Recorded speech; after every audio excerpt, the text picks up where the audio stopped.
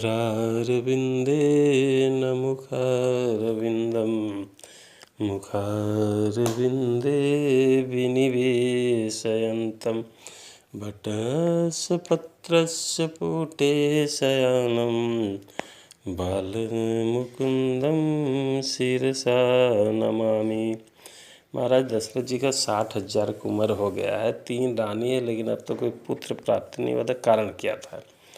एक बार ब्रह्मा जी से रावण पूछा कि पितामह ये बताइए कि हमारी मृत्यु कैसे होगी। तब ब्रह्मा जी बोले, श्री हरि विष्णु त्रेता युग में दशरथ के पुत्र राम बन के प्रकट होंगे और वही आपको मारेंगे। तब रावण जाके घरघोर तपस्या करता, ब्रह्मा जी प्रकट होता और कहता वर मांगो। तब रावण वर मांगता है कि राजा दशरथ जी के वीर से कोई संतान नहीं उत्पन्न हो।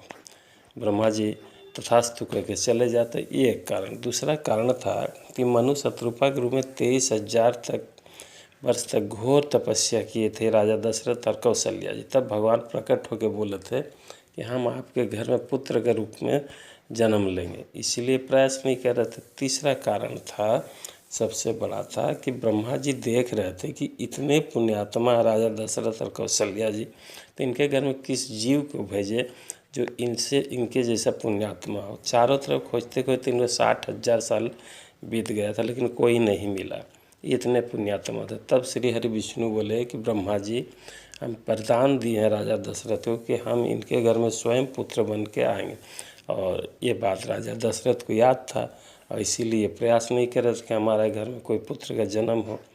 तब ये कैसे हुआ, अब आगे देखिए बानक कैसे बनता है। एक दिन अरुंधति माता अपने स्वामी वशिष्ठ जी, जो रघुकुल का कुल गुरु थे, उनको जाकर कहते हैं, भगवान आपके जैसे समर्थ जिनका गुरु हो उनके घर में कोई पुत्र नहीं हो, तो क्या राजा दशरथ का सूर्य वंश यहीं समाप्त हो जाएगा। तब बोले राजा दशरथ तो कभी हमको बोले नहीं ना है देवी, वो बोले तो हम तो तैयार हैं उनको पुत्र देने के लिए। बोले अब तब ठीक है। वो गई अपने पुत्र को लेकर और राजा दशरथ के सामने खड़ी हुई और अपने बेटा के जोर से चुट्टी काट दिया, रोने लगा।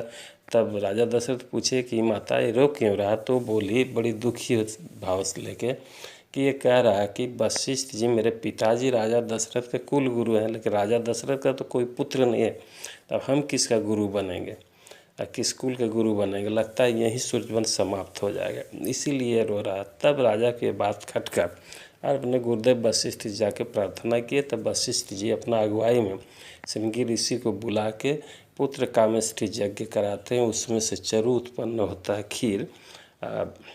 उसी खीर को खाने से तीनों रानी गर्भवती होती हैं और